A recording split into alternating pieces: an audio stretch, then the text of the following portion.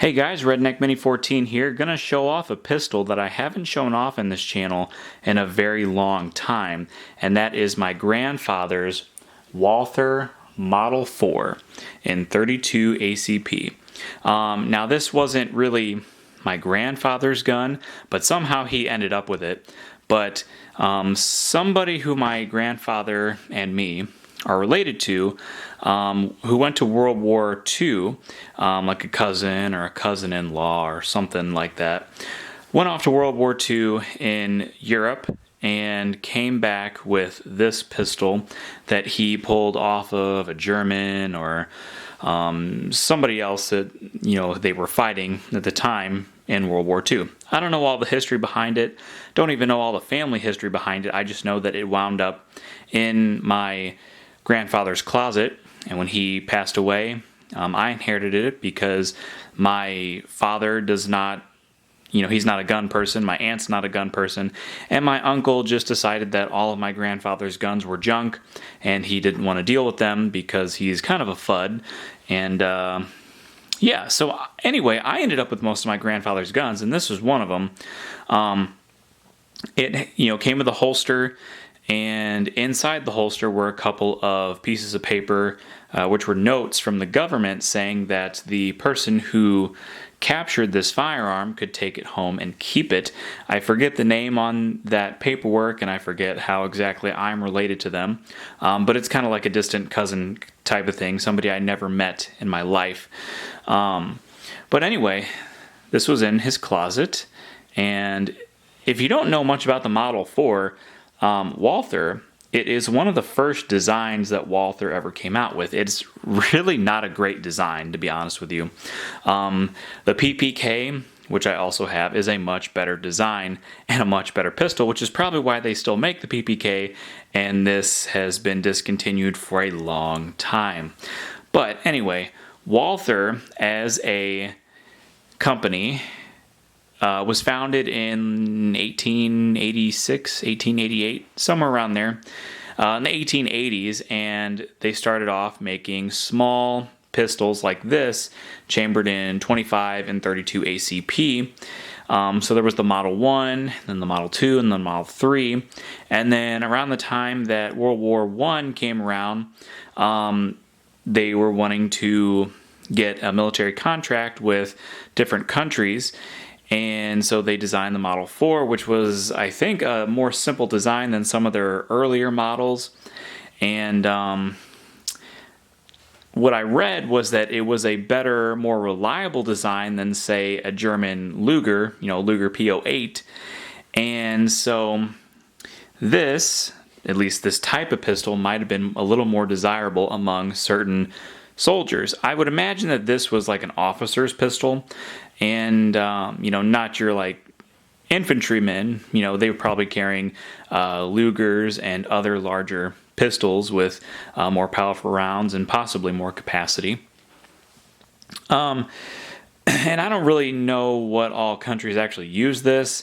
I tried to look it up. I didn't look like Germany used it, but Walther is a German company, so maybe they used them in smaller numbers, and they probably used them in World War II. I do know that this was used in World War I and World War II, just not sure which countries actually used it. So anyway, this is just a 32 ACP single stack. This is the magazine. It holds 1, 2, 3, 4, 5, 6, 7, 8 rounds of 32 ACP, and it is, just your typical heel type, European type magazine release. One interesting thing about it is it ejects from the left side instead of the right side like you're used to with almost every single pistol out there. It's just a basic blowback design. Has an internal hammer. The safety is right here, so right now it's on fire, and you pull it back, and then it's on safe. Has kind of a 1911 style trigger, although does seem like it pivots. So it's not a straight pull back. It actually does pivot. And it has this little bushing here, barrel bushing, that when you take it apart, you push, or no, you have to, yeah, so you push it in and then you turn it. It's kind of a pain, which is why I haven't shown this pistol off in a very long time. It's because I took this gun apart to clean it and couldn't figure out how to put it back together. I mean, I kind of knew how it went back together, but this pistol is just a very bad design. They didn't really make pistols or guns in general very simple or easy to take apart and put back together back in the, around the turn of the century, early 1900s. So it kind of just sat in pieces on my desk for like 2.5 years, maybe even close to 3 years.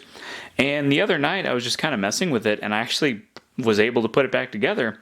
But then I realized that I never actually like lubed it or cleaned it as efficiently as I wanted to. And I tried to take it back apart and couldn't really figure out how to take it back apart.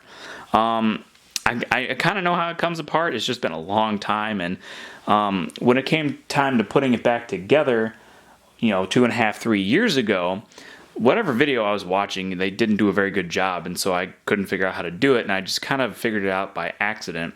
But now I guess I got to go back and try to figure out how to take it back apart so I can actually clean it and lube it. And this is one of those guns that I'm probably just going to put like a magazine through just to see if it works, just to say that I've done it, and then probably clean it, put it back together, and put it in the safe and never really shoot it again. Because quite honestly, this gun does not feel great. It doesn't seem like a very good design. And of course, I'm comparing this with like a PPK, which is a great design, and I love that pistol. Holding it in the hand is kind of awkward. It just, I don't know, trying to like point it, it doesn't seem very ergonomic at all. The safety is definitely not ergonomic. And yeah, it just kind of seems like a cheap pistol for the day. However, as cheap as it feels, it's still much better design in terms of quality than, say, Jimenez or Raven Arms or a High Point, or any of those cheap Saturday night special pistols that you see on the market. And there's a lot of them. Those guns are just crap. This is definitely a much better gun than that. But for the day that this was made, this is not as good of a pistol, in my opinion, as what came after it, which was the Walther PPK. It's kind of apples and oranges, but, still, I love the PPK. Not a huge fan of this, although it's not the worst gun in the world. Speaking of the PPK, one thing I thought was very interesting was the second magazine, which I just thought was another magazine for this gun. And when I first got this gun, all of these bullets that are in this magazine were actually in this magazine, in the spare magazine pouch of the holster. This, you can see this little notch right here. This is a PPK magazine, 32 ACP, but it's a PPK magazine, and as you can tell, it's a little bit longer. But other than that, I think the dimensions are the same because it is 32 ACP, but because it's longer, you can't use it in this gun. So I think whoever had this before bought a PPK magazine thinking that it would work, and it doesn't, because it is a heel style mag release, and you can stick it in there, and that's as far as it goes. It will not lock in. Now, you could hold your hand up there maybe, and maybe it would work. I don't really advise that. So I just thought that was interesting. So I guess if I ever find myself a Walther PPK in 32 ACP, I guess I can, use this in it. I'm not sure if this is a PPK or a PPKS magazine, to be completely honest with you. it holds 8 rounds, so maybe it's a PPKS magazine, but either way, it's not meant for that gun. So I just thought that was kind of interesting. So if you ever get a Walther Model 4, make sure you find yourself a Walther Model 4 magazine to go with it, assuming you don't have a magazine already. One other thing I wanted to note is the way these bullets are sitting in here. They kind of look like they would just nosedive into the feed ramp, based off of how they're facing in here. How they're they usually a bullet will stick up a little bit. I tried it in the gun, like I racked the slide and it racked perfectly fine. So I'm assuming it's just because of the grip angle. It's such a 90-degree type of angle. It's very close to a right angle. It's more up and down than 1911 or something like that. So I guess that's why the bullets fit in the magazine like they do. It just seems kind of weird to me. I'm not used to guns like that. Anyway, there's really nothing else I can say about this gun. I might do a shooting video with it at some point. Again, like I said, I probably would just put like a magazine through this, hope it doesn't blow up in my hands, and probably never shoot it again. But you never know. If it shoots good, I might take it out every so often. I wouldn't put like 500 rounds every year through it. I'd probably only put like a magazine or two every 5 years or something. Nothing too extravagant. But anyway, that is my grandfather's Walther Model 4 that I inherited a few years back. Just a cool piece of history and family history.